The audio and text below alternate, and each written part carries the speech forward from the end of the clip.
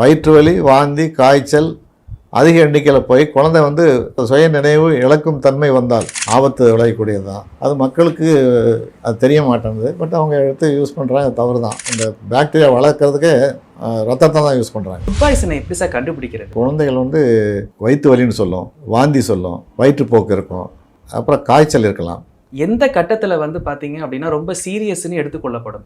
மிக அதிகமாக காய்ச்சல், வயிற்றுப்போக்கு ரொம்ப 4 தடவை 5 தடவை போகுது, அதோட வாந்தியும் வருது.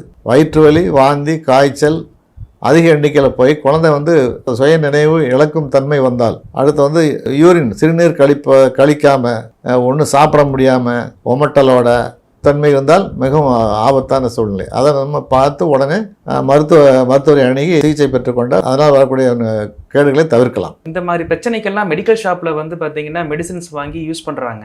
ஆமாம், அதை பற்றி உங்களுடைய கருத்து என்ன சார்? அதாவது செல்ஃப் மெடிக்கேஷன் சொல்கிறது ஆபத்தான ஒரு பழக்கம். சில நாடுகளில் பார்த்தீங்கன்னா அது வந்து ப்ரிஸ்கிரிப்ஷன் இல்லாமல் ஒரு மாத்திரை கூட கிடைக்காது, தரமாட்டாங்க.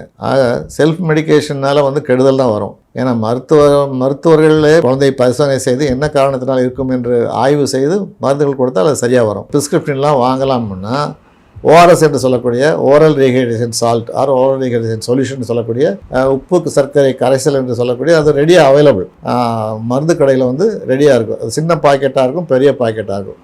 சின்ன பாக்கெட்டுனா 1 டம்ளர் தண்ணியில் ஒரு பாக்கெட்டை கலந்து அது குடிக்க சொல்லலாம். பெரிய பாக்கெட்னா 1 லிட்டர் தண்ணியில் ஒரு பெரிய பாக்கெட்டை கலந்து வச்சுட்டு தண்ணி சத்து குறையாமல் இருக்கிறதுக்காக இது கொடுத்துட்டே இருக்கலாம். மெயினி அந்த வயிற்றுப்போக்குனா என்னென்னா தண்ணி சத்து குறையிறதுனால குழந்தைகள் வந்து பாதிக்கப்படுறது தான் ரொம்ப அதிகமாக இருக்குது. அது மட்டும்தான் ப்ரிஸ்கிரிப்ஷன் இல்லாமல் வாங்குவது சிறந்தது. உணவு பாதுகாப்பு அப்படின்ற விஷயத்தை பற்றி உங்களுக்கு கருத்து என்ன சார்?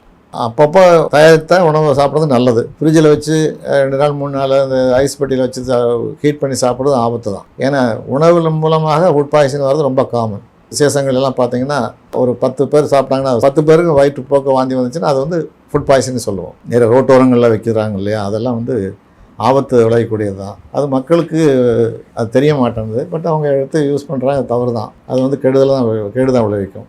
நான்வெஜ் பழக்கம் இப்போ எல்லாருக்குமே இருக்கு, எல்லாரும் விரும்பி சாப்பிட்றாங்க. அதை எப்படி பார்த்தீங்கன்னா மெயின்டைன் பண்ணுறது? நான்வெஜ்னா வந்து ஃப்ரெஷ்ஷாக நம்ம கண் முன்னாடி கட் பண்ண மாமிசம்னா சாப்பிடலாம். அது வந்து கடையில் வந்து ஆல்ரெடி ப்ரிப்பேர் பண்ணி வச்சது வந்து தரமான கடைகள் எதுன்னு சொல்லி நம்ம ஒன்றும் ஸ்டாண்டர்டைஸ் பண்ணலை. அது மாதிரி பண்ணப்பட்டால் அதை சாப்பிடலாம். அது அவங்களுடைய விருப்பத்தை பொறுத்து. நான்வெஜ் வந்து நம்ம கட்டைல் பண்ண முடியாது, சில பேர் வந்து வச்சு அடுத்த நாள் அப்படிலாம் அது மாதிரி சார் ரொம்ப ஆபத்து தான். அது ரொம்ப கெடுதல் தான். மைக்ரோபயாலஜி லேப்லாம் பார்த்தீங்கன்னா இந்த பாக்டீரியா வளர்க்குறதுக்கே ரத்தத்தை தான் யூஸ் பண்ணுறாங்க, இன்குபேட் பண்ணுறதுக்கு ரத்தம். அது மாதிரி ஃப்ளஷெல்லாம் இந்த மாமிசமெல்லாம் கிருமிகள் வளர்கிறதுக்கு ஒரு நல்ல ஒரு மீடியா. அதனால் அதன் மூலமாக நிறைய கிருமிகள் வளர்ந்து கேடு விளைவிப்பதற்கு வாய்ப்பு இருக்குது. பழைய மாமிசத்தை வச்சுட்டு அது தயார் பண்ணி சாப்பிட்றதுங்க வந்து சுகாதார கேடு விளைவிக்கலாம்.